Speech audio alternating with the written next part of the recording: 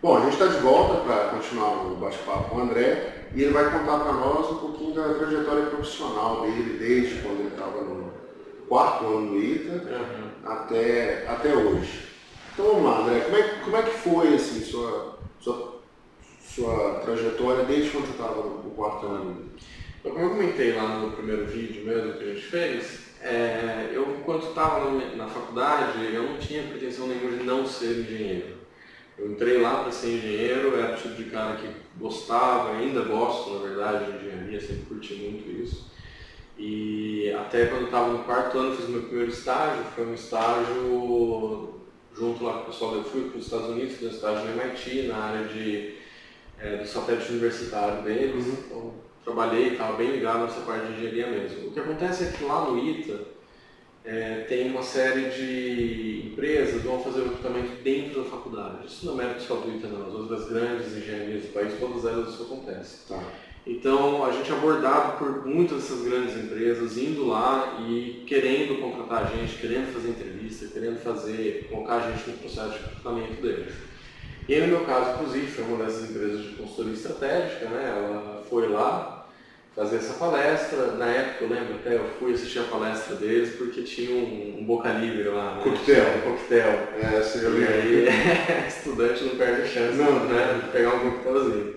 Então eu fui lá mais até para isso, ver qual é e tal, e comecei a assistir a palestra, me interessei, achei interessante o que eles faziam. Interessante o suficiente para fazer a provinha no final da palestra, que era a primeira etapa do processo de recrutamento deles. Você nunca tinha feito essa prova? Não, nunca tinha feito. Até me deu um pouco de surpresa, nem sabia muito bem o que tinha. Eu fui muito tranquilo, na verdade. Eu fui pela boca livre, né? Fui lá para isso. E fiz a provinha, acho que até por estar tranquilo, né? Entrei, depois dei sequência, fiz lá todo o resto do processo, dinâmico, as entrevistas, sempre muito tranquilo, porque eu não achava que eu queria ser engenheiro, né? Não tinha muito estresse, foi mais sempre no intuito de aprender, de ver como é que funcionava, de descobrir a outra alternativa, mas nunca muito estressado em realmente passar pelo processo. Acho que até é o que me ajudou a entrar, né? Eu lembro desse processo, eu lembro que eles eram super concorridos, né? Eles são bastante concorridos. São difíceis também. São bem difíceis. Até depois que eu entrei lá, eu fui descobrir, né, a média dessa provinha que eu fiz no final, dentro do ITA, ela é calibrada para aprovar 50% das pessoas que fazem. Tá.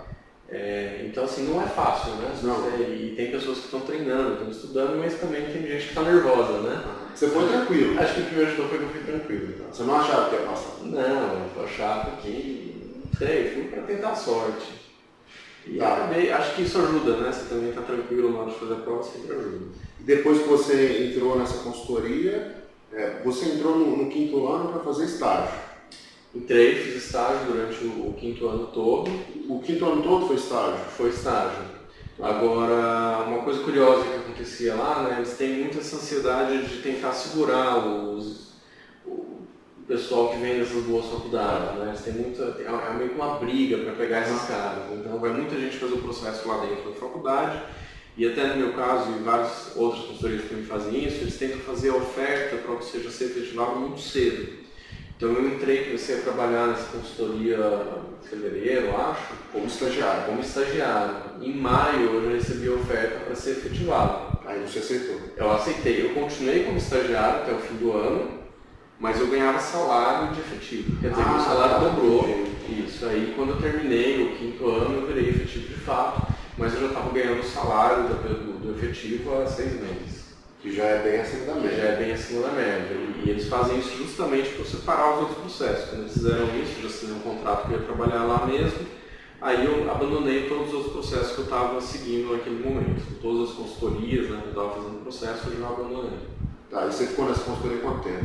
Eu fiquei 5 anos lá. E o tempo todo você trabalhava aqui em São Paulo? Eu trabalhei a grande maioria do tempo em São Paulo. A consultoria ela dá muita oportunidade para você ter experiências internacionais ou até viajar bastante dentro do Brasil. No meu caso, eu casei muito cedo, eu casei logo que eu me formei. Então, tinha minha esposa morando aqui em São Paulo. Eu sempre pedi para o pessoal, para os chefes, para, se possível, me manter em São Paulo. Então, eu acabei viajando um pouco. Eu fiz um projeto em Curitiba, um projeto em Brasília, acho que um projeto em Buenos Aires.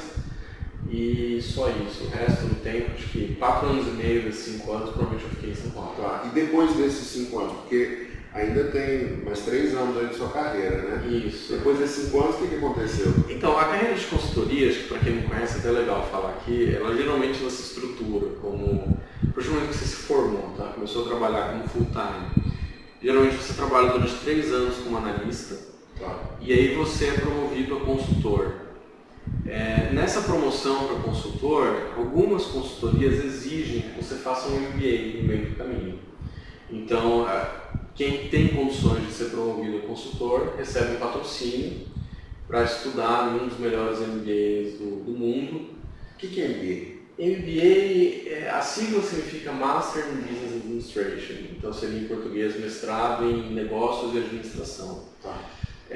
Na prática, é um mestrado com muito foco em business, em skills que você realmente utiliza na gestão, no dia a dia, nas grandes empresas, nas consultorias. Voltando então, a consultoria do terceiro para o quarto, que seria de analista para consultor, para uma posição mais senior, quem tem condições, eles pagam o MBA, e aí você faz o MBA e volta como consultor. No meu caso, a consultoria que eu estava é uma das poucas que não exige o MBA, ela te dá a opção, mas ela não exige. Então eu fiquei 1 ano de estagiário, fiquei 3 anos de analista, fui promovido consultor, então eu já tinha pulado essa fase do MBA. Mas depois de 5 anos, já trabalhando lá, você resolve que você quer também tirar um tempo para fazer outra coisa. Aprender mais. Ver o que mais que tem por aí, Porque você está sempre na mesma empresa, mais que eu gostasse da empresa, eu gostava do que eu fazia, eu queria mudar um pouco, mudar um pouco de ar, mudar um pouco de companhia, ver o que tinha por aí. E aí eu fui então fazer MBA, fui um pouco mais tarde do que a média, fui 1 ano mais tarde do que o que seria o apropriado, o padrão da carreira. Onde você fez o MBA? Eu fiz em Londres, fiz na London Business School, que pelo ranking da Financial Times, é a segunda do mundo, é a segunda melhor MBA do mundo. Tá, então você foi estudar na segunda melhor escola de negócio do mundo. Sim, com certeza uma das 10 melhores. Entendi. E depois que você terminou o MBA, quer dizer, lá dentro você deve ter conhecido um monte de gente interessante. Conheci, uma coisa super legal desse MBA, e uma das coisas que eu mais gostei, isso é bem específico dos MBAs da Europa, eu acho. Nos Estados Unidos elas tem muito americano, mas os da Europa, como a UBS, a London Business School, ela tem uma característica que eu achei sensacional, que era, na minha turma do MBA, tinha pessoas de mais de 100 nacionalidades diferentes. Acho que a nacionalidade dominante lá, que era o inglês, obviamente, eles não chegavam a ter 10% da turma. Entendi. E depois que você terminou o MBA, você voltou para a consultoria? Então, esse era o combinado, Esse seria o natural. Esse seria o natural, era o combinado, eu deveria voltar. O que acontece é que, uma vez que você está num meio como esse, você conhece tanta gente interessante e tanta coisa que tanta gente faz. Abre sua cabeça. Você não tem como, você não sai de lá a mesma pessoa que você entrou. Entendi. E eu comecei a conhecer muita gente que estava indo por esse caminho de empreendedorismo, as startups, esse fenômeno das startups no mundo, o pessoal só falava nisso, tive muitas aulas de empreendedorismo, o pessoal gosta de comentar empreendedorismo, até em Londres isso é muito forte. E aí eu fiquei com essa vontade de ter uma experiência de empreendedorismo. E aí, no meio do caminho, um colega meu de turma, do ITA, me ligou e falou que ele tinha uma startup aqui no Brasil, me convidou para entrar como sócio, e eu resolvi arriscar e sair da consultoria e vim. Hoje eu estou aqui cuidando da área financeira dessa startup. Entendi. Então você trocou uma opção muito certa, por uma opção de carreira extremamente arriscada. Mas risco está ligado a retorno, Então é aquela coisa. Eu troquei um certo, um bom salário certo para uma carreira longa, por um salário menor, mas com risco de ficar milionário. Sim, com certeza. Então eu quis correr esse risco. Caramba, muito boa essa trajetória, André. Eu tinha ideia, a gente já conversou algumas vezes, mas eu não sabia em tantos detalhes. Vamos fazer o seguinte, o que você acha de conversar com a gente depois sobre preparação para entrar no ITA? Faz um tempinho, mas eu ainda lembro. Marcou bastante. Então daqui a pouco a gente volta. Tá ótimo.